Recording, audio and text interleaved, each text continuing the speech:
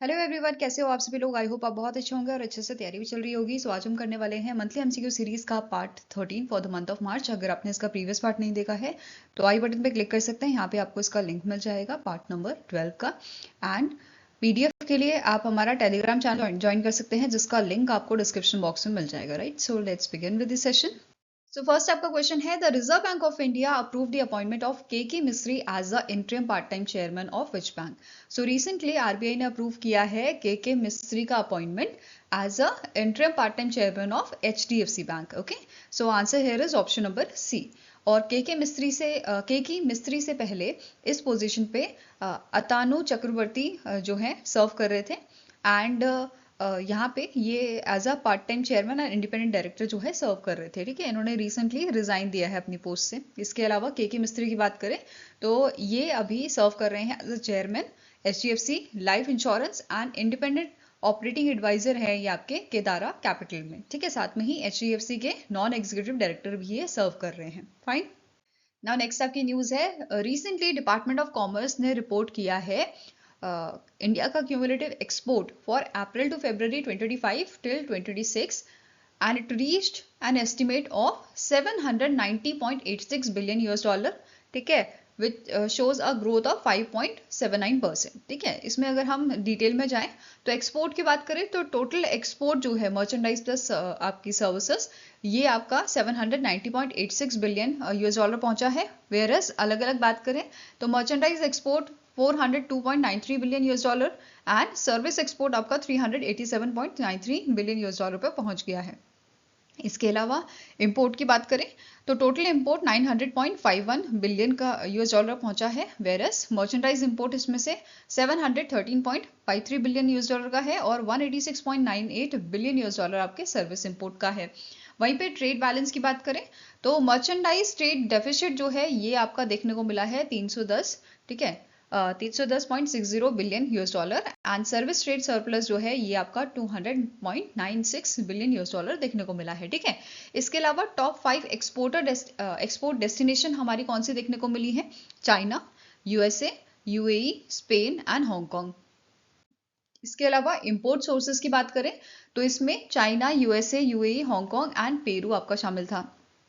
इसके अलावा फरवरी 2026 की बात करें हम तो फरवरी मंथ में टोटल एक्सपोर्ट हमारा 76.13 बिलियन यूएस डॉलर देखने को मिला था। वहीं पे merchandise 36.61 billion US dollar and 39.53 billion US dollar for service export. Right, then import की बात करें फरवरी मंथ में तो 80.09 बिलियन यूएस डॉलर हमारा इंपोर्ट जो है पहुंचा था, जिसमें से मर्चेंडाइज 63.71 बिलियन यूएस डॉलर देखने को मिला है और सर्विस इंपोर्ट आपका देखने को मिला है 16.38 बिलियन यूएस डॉलर। ठीक है, इसमें अगर हम फरवरी मंथ में बात करें तो आपके टॉप 5 एक्सपोर्ट डेस्टिनेशन जो है ग्रोथ वाइज वो आपकी देखने को मिली है China, Hong Kong, Vietnam, Togo, Sri Lanka. ठीक है, वहीं पे इंपोर्ट की बात करें तो China, Switzerland, UK, USA and Peru आपका शामिल है।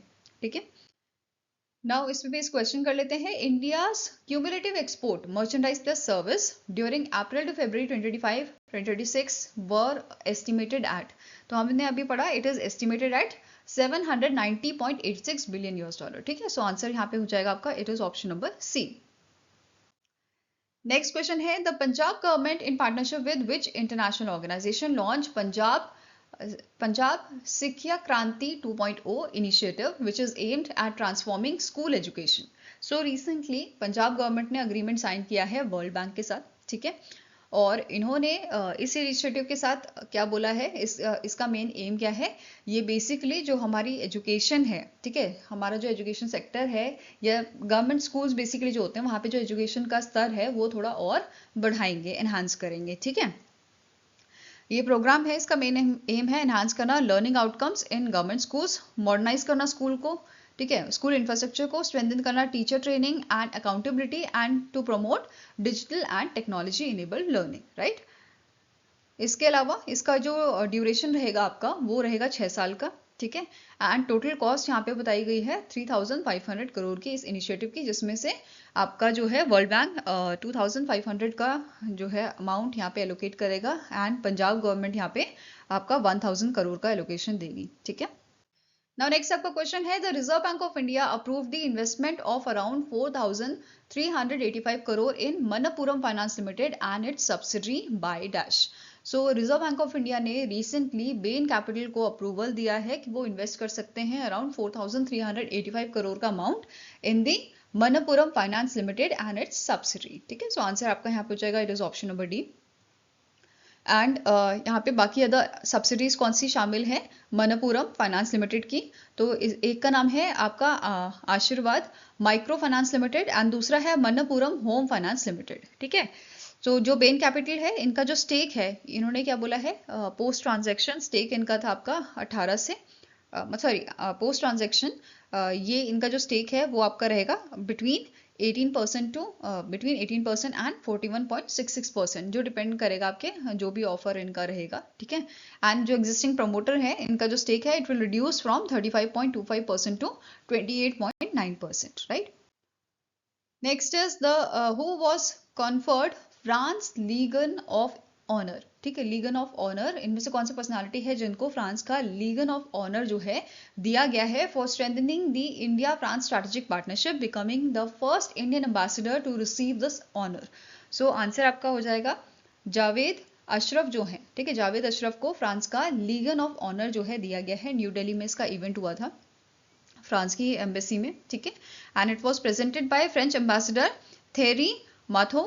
ठीक है, और ये इन्होंने अवार्ड दिया था जावेद अशरफ को। ठीक है, जावेद अशरफ की बात करें तो करंटली ये सर्व कर रहे हैं as a chairman of Indian trade promotion organisation. ठीक है, इसमें ये एज अ चेयरमैन वर्क कर रहे हैं अभी। ठीक है, next is the Shipping Corporation of India Limited sign a ship building contract with which company to build India's first methanol dual fuel vessel. So इनमें से कौन सी आपकी कंपनी है जिसने जिसने शिप बिल्डिंग कॉन्ट्रैक्ट साइन किया है आपकी इंडिया की शिप बिल्डिंग कंपनी के साथ, जिसका नाम है मैजागॉव डॉक शिप बिल्डर्स लिमिटेड। ठीक है, इनके साथ ये अग्रीमेंट इन्होंने साइन किया है बिल्ड करने के लिए इंडिया का पहला मेथनॉल डुअल फ्यूल वेसल। ठीक है, वेसल की बात करें तो प्लेटफॉर्म सप्लाई वेसल ये रहेगा और इसकी कैपेसिटी 3000 डेड वेट टोनेज की रहेगी। ठीक है,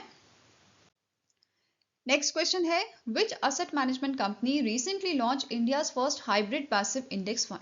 सो इनमें से कौन सी आपकी कंपनी है असेट मैनेजमेंट कंपनी जिसने रिसेंटली आपका जो है hybrid passive index fund launch किया है। ठीक है, so it is launch by your Edelweiss AMC, Edelweiss asset management company द्वारा इस हाइब्रिड पैसिव इंडेक्स फंड को लॉन्च किया गया है, जिसका नाम है Edelweiss Nifty large mid cap 250 plus 8 to 13 years GSEC 70-30 index fund, ये इसका नाम है। और यहाँ पे क्या बोला है कि इन्होंने इंट्रोड्यूस किया है ऑटोमेटिक मंथली रीबैलेंसिंग मेंटेन करने के लिए 70-30 इक्विटी डेब्ट एलोकेशन। 70% यहाँ पे जो है इन्वेस्ट किया जाएगा आपका सिक्योरिटीज में एंड जो 30% आपका रहेगा वो इन्वेस्ट किया जाएगा गवर्नमेंट सिक्योरिटीज में via Nifty 8 to 13 years GSEC में। ठीक है, नेक्स्ट आपका क्वेश्चन है, which country formally withdrew from WHO in 2026। So recently हमने पढ़ा था USA ने WHO से विड्रॉ किया था। ठीक है, अभी यहाँ पे अर्जेंटीना ने भी विड्रॉ कर लिया है वर्ल्ड हेल्थ ऑर्गेनाइजेशन से। ठीक है, इनके जो प्रेसिडेंट हैं आपके, ठीक है, जेवियर मिली, इन्होंने फरवरी 2025 में अनाउंस किया था कि ये WHO से बेसिकली विड्रॉ कर लेंगे और इस साल 2026 में इन्होंने मार्च के महीने में यहाँ पे फॉर्मली विड्रू इनका हो गया है। ठीक है, नाउ नेक्स्ट आपको क्वेश्चन है, the union minister of civil aviation Ram Mohan Naidu and CM of Madhya Pradesh Mohan Yadav launch the fare से फुर्सत one route one fare scheme to promote affordable and predictable air travel, which airline is the implementing agency for this scheme.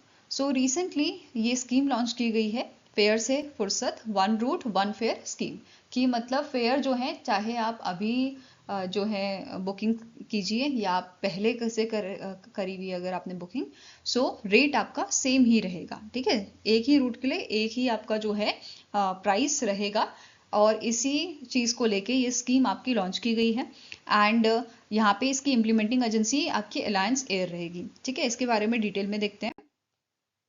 सो जो ये scheme है इसका main aim है provide करना fixed and affordable air fares on select regional routes.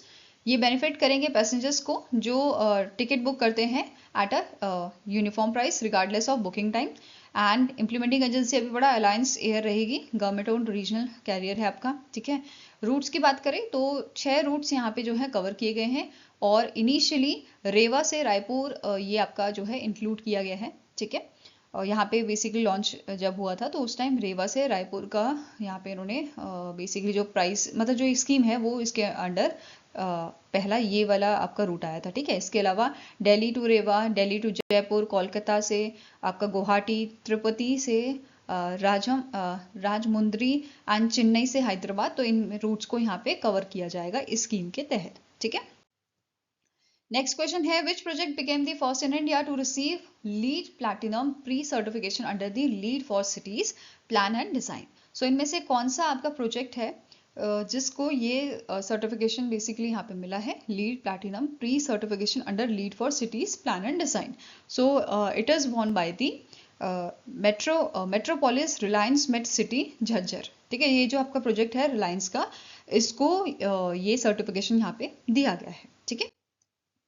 ये जो certification है ये हाईएस्ट लेवल रिकॉग्निशन है in the LEED framework and it place the project among the globally recognized sustainable urban developments, जो demonstrate करता है commitment to the climate resilience and sustainable planning.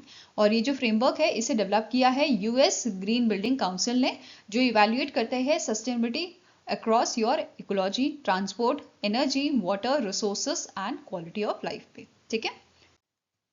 Next is the hill area surrounded Kalinchar Fort was declared as National Geo-Heritage Site by the Geological Survey of India, in which district or city is Kalinchar Fort located. So जो ये fort है इसके आसपास का जो hill area है उसको national जियो heritage site recently declare किया गया है जियोलॉजिकल सर्वे ऑफ इंडिया के द्वारा, एंड ये फोर्ट आपका उत्तर प्रदेश के बांदा डिस्ट्रिक्ट में लोकेटेड है, ठीक है। So answer here is option number C. अब जो ये साइट है इसे इनॉग्रेट किया गया था बाय दी राजेंद्र कुमार, जो रीजनल डायरेक्टर जनरल है and head of Geological Survey of India है नॉर्दर्न रीजन के, right. Now next is Cabinet Committee on Economic Affairs, इन्होंने रिसेंटली अप्रूव किया है minimum support price funding of 1718.56 crore cotton farmers के लिए, and इन्होंने sanction किया है 6969.04 crore for the national highway 927 project in Uttar Pradesh, ठीक है।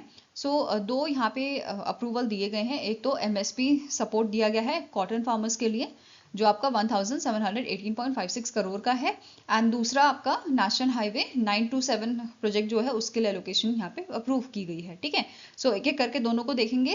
पहला है cotton corporation of India limited को ये अप्रूवल बेसिकली किया गया है एलोकेशन का फॉर द 2023-2024 कॉटन सीजन के लिए, जो ठीक है, जिसका मेन ऑब्जेक्टिव है प्रोवाइड करना प्राइस सपोर्ट जब मार्केट प्राइसेस जो है कम हो जाते हैं, बिलो एमएसपी हो जाते हैं, ठीक है। ये इंश्योर करता है इनकम सिक्योरिटी एंड प्रिवेंट करता है डिस्ट्रेस सेल को, ठीक है, और स्टेबलाइज करता है कॉटन प्राइसेस को।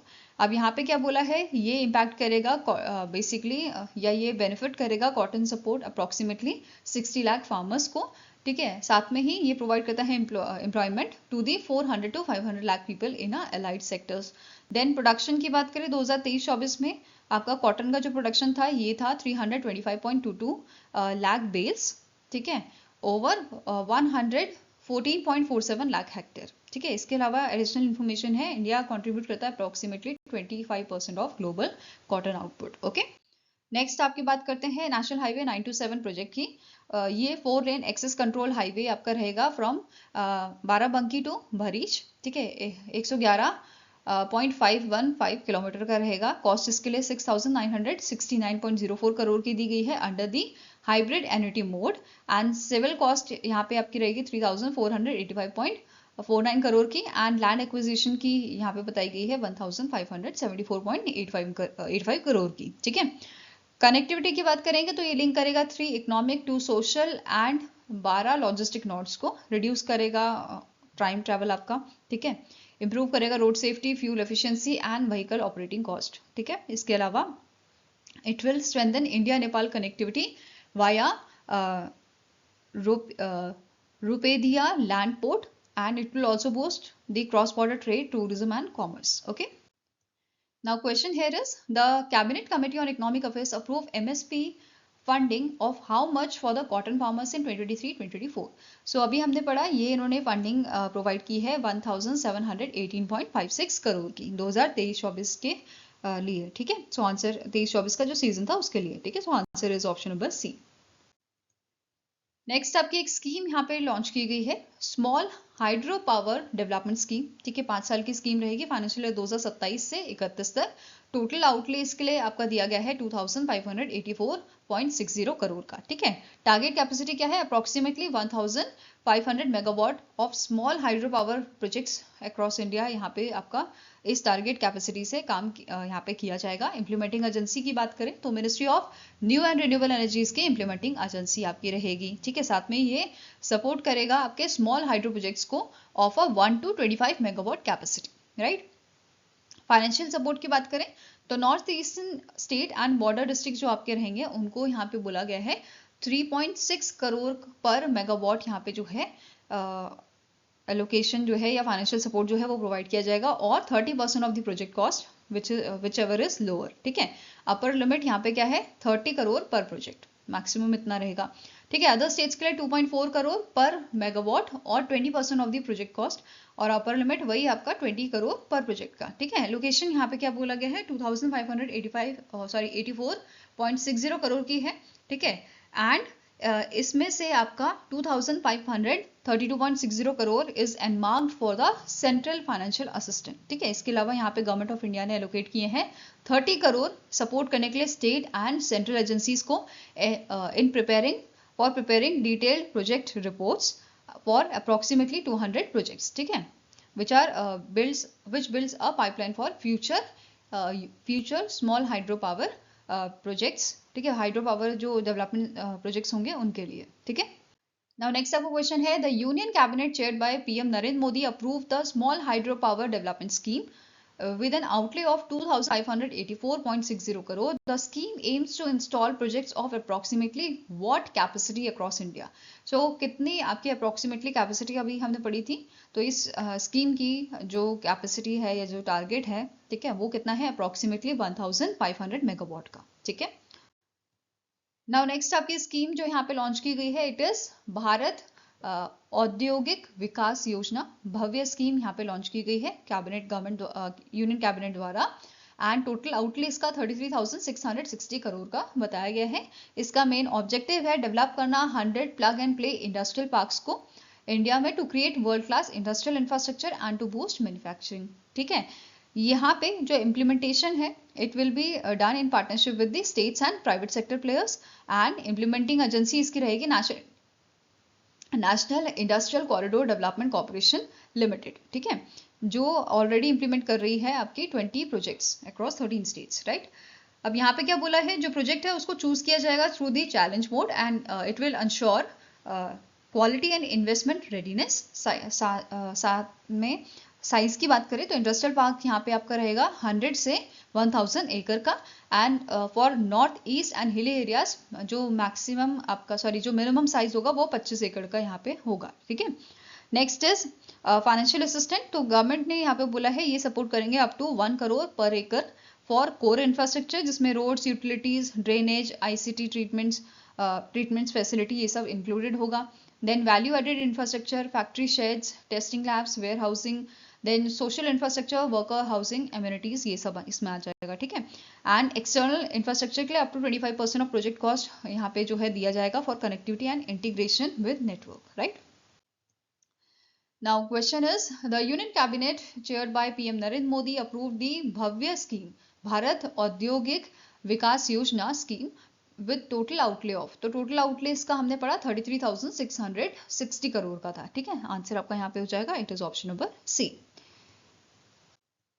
Now next question is, which company launched the Krishi Sakhi program, a year-long initiative to empower women farmers and to enhance their participation in agriculture and crop insurance? So इनमें से कौन सी company है जिसने recently कृषि सखी programme को launch किया है, ठीक है, एम्पावर करने के लिए विमेन फार्मर्स को। सो आंसर आपका हो जाएगा it is done by the agriculture insurance company of India limited. ठीक है, AIC द्वारा इस प्रोग्राम को यहाँ पे लॉन्च किया गया है। एंड जो ये इनिशिएटिव है it is align with the united nations designation of 2026 as international year of women farmer by FAO, food and agricultural organisation. ठीक है, इस इनिशिएटिव के तहत जो ऑर्गेनाइजेशन है आपकी एग्रीकल्चर इंश्योरेंस कंपनी जो है, it will launch structured month-wise activities across its head office and regional offices। ठीक है, now next आपका न्यूज है, recently national report on implementation of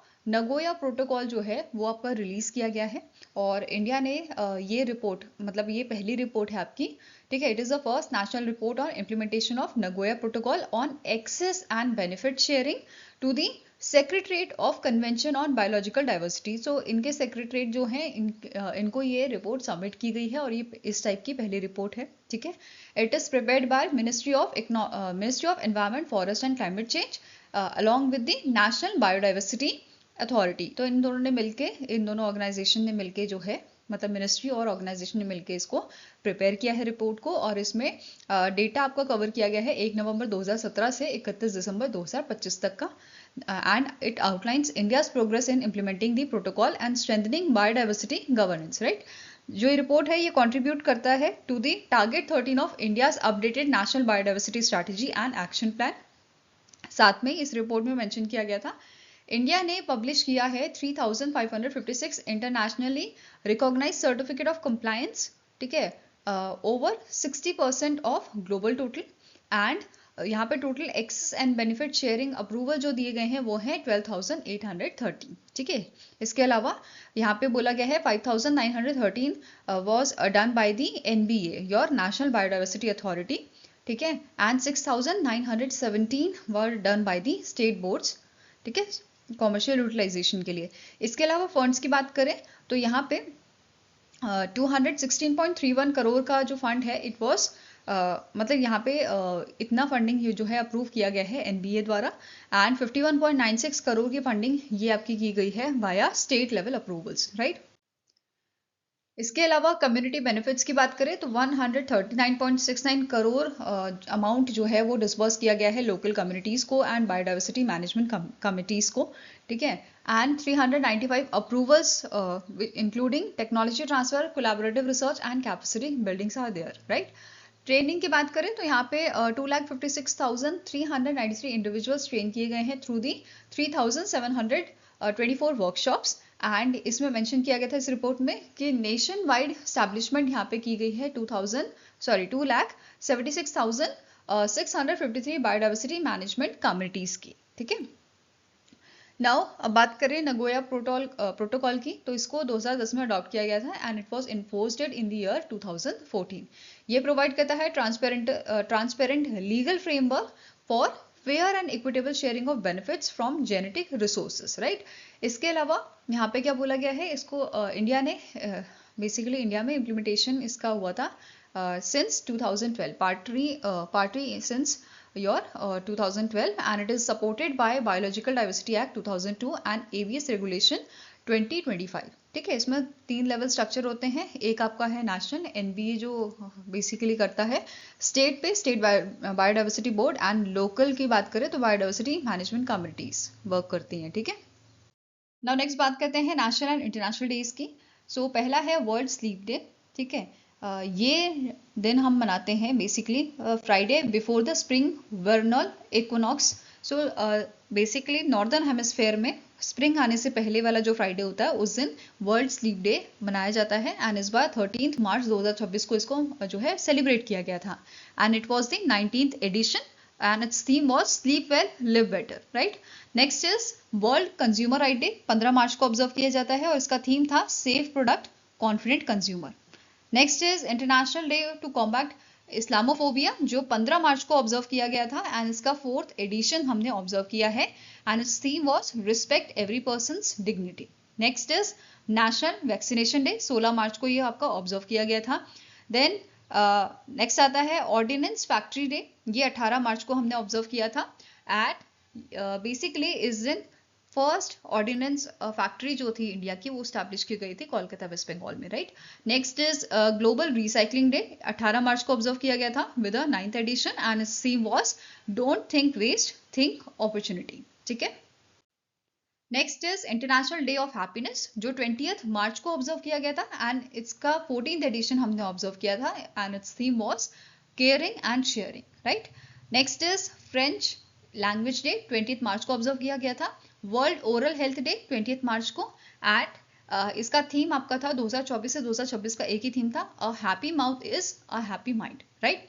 it is led by FDI world dental federation, जिसके executive director हैं Enzo बॉदियोंदी, and headquarter इसका Geneva Switzerland में located है। 1900 में इसे स्टैब्लिश किया गया था। Next is world sparrow day, 20th मार्च को ऑब्जर्व किया जाता है, और इसका 17th एडिशन हमने ऑब्जर्व किया था इस बार, and it's theme was creating bird friendly cities and communities. I hope guys आपको ये वीडियो पसंद आया तो लाइक एंड शेयर जरूर कीजिएगा, और हमारे साथ जुड़ने के लिए हमारे चैनल को सब्सक्राइब कीजिएगा। अगर आपके कुछ सजेशन है तो आप हमें मेल कर सकते हो benchmarkstudy007@gmail.com पे, या फिर आप हमें कमेंट सेक्शन में भी लिख सकते हैं। सो मिलेंगे इसी नेक्स्ट वीडियो के साथ। Till then take care, have a nice day and all the best for your preparations.